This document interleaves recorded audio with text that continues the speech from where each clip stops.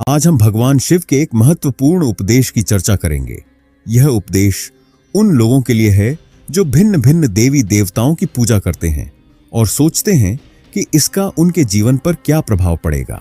भगवान शिव ने इस विषय पर एक सुंदर कथा के माध्यम से बताया कि क्या होता है जब हम अनेक देवताओं की आराधना करते हैं। नमस्कार दोस्तों, आप सभी का हमारे YouTube चैनल पर एक बार फिर तहे दिल से स्वागत है।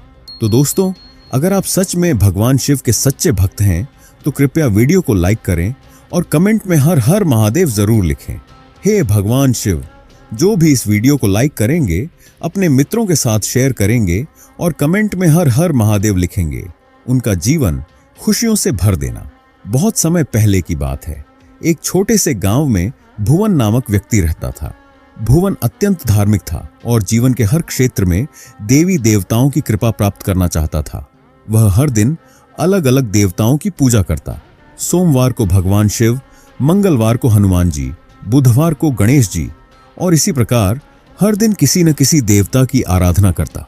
भुवन का यह मानना था कि सभी देवी देवताओं की पूजा करके वह अपने जीवन के हर क्षेत्र में सफलता और सुख प्राप्त कर सकेगा।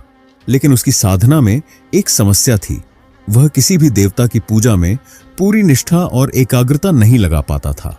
एक दिन भुवन ने महसूस किया कि उसकी साधना का कोई परिणाम नहीं आ रहा है। ना तो उसकी आर्थिक स्थिति सुधर रही थी, ना ही उसके जीवन में शांति थी। भुवन ने निराश होकर सोचा, मैं इतनी श्रद्धा से हर दिन अलग अलग देवताओं की पूजा करता हूं, फिर भी मेरा जीवन सुखी क्यों नहीं है? इस प्रश्न का उत्तर पाने के लिए भुवन ने एकांत में जाकर भगवान शिव का ध्यान किया। उसने पूरी श्रद्धा से भगवान शिव से प्रार्थना की, हे महादेव, कृपया मेरी समस्या का समाधान करें। क्या मेरी पूजा विधि में कोई त्रुटि है? भुवन की सच्ची प्रार्थना सुनकर भगवान शिव प्रकट हुए। उन्होंने मुस्कुराते हुए पूछा, वत्स, क्या समस्या है जो तुमने मुझे पुकारा? भुवन ने सिर झुकाकर कहा, हे महादेव, मैं सभी देवी देवताओं की पूजा करता हूं, फिर भी मुझे सुख और शांति क्यों नहीं मिलती? कृपया मेरा मार्गदर्शन करें। भगवान शिव ने भुवन को समझाते हुए कहा, वत्स, यह सही है कि सभी देवी देवता एक ही परमात्मा के रूप हैं, लेकिन तुमने अपनी साधना में एक बड़ी गलती की है। भुवन ने आश्चर्य से पूछा, हे महादेव, मेरी गलती क्या है? भगवान शिव ने समझाया, वत्स, जब तुम भिन्न भिन्न देवताओं की पूजा करते हो लेकिन उनमें से किसी एक के प्रति पूरी निष्ठा और समर्पण नहीं रखते तो तुम्हारी साधना अधूरी रह जाती है।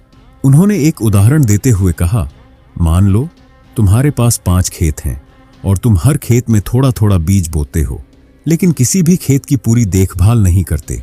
क्या तुम्हें अच्छी फसल मिलेंगे? भुवन ने सिर हिलाकर कहा, नहीं महादेव, फसल अच्छी नहीं होगी। भगवान शिव बोले, यही नियम साधना पर भी लागू होता है। जब तुम किसी एक देवता को अपना आराध्य मानकर उसकी पूजा में पूर्ण निष्ठा से लीन हो जाते हो, तब तुम्हें उस देवता की कृपा प्राप्त होती है। अन्य देवी देवताओं की पूजा करना गलत नहीं है, लेकिन तुम्हें यह समझना होगा कि सभी देवता एक ही ब्रह्म के विभिन्न रूप हैं। भगवान शिव ने भुवन को यह सलाह दी, वत्स, अपनी साधना को एक दिशा दो। यह समझो कि सभी देवी देवता ब्रह्म के अंश हैं। जब तुम किसी एक देवता की पूजा में पूर्ण समर्पण करोगे तो तुम्हें सभी देवताओं की कृपा प्राप्त होगी।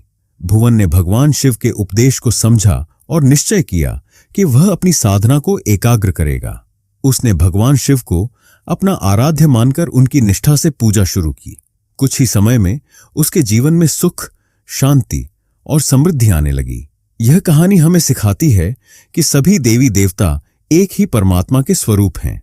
किसी एक देवता की पूजा में पूर्ण निष्ठा और समर्पण रखने से हमें सभी देवताओं की कृपा प्राप्त होती है।